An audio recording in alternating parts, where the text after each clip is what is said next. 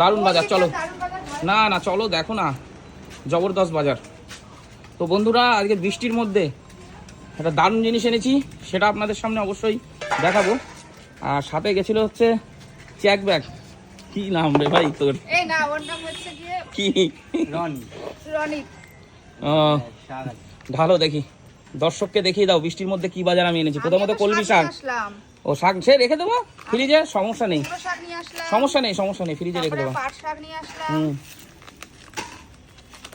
তো বন্ধুরা, কি মাছ আমি আপনাদের সামনে অবশ্যই প্রতিদিনের মতো আজকেও তুলে ধরবো।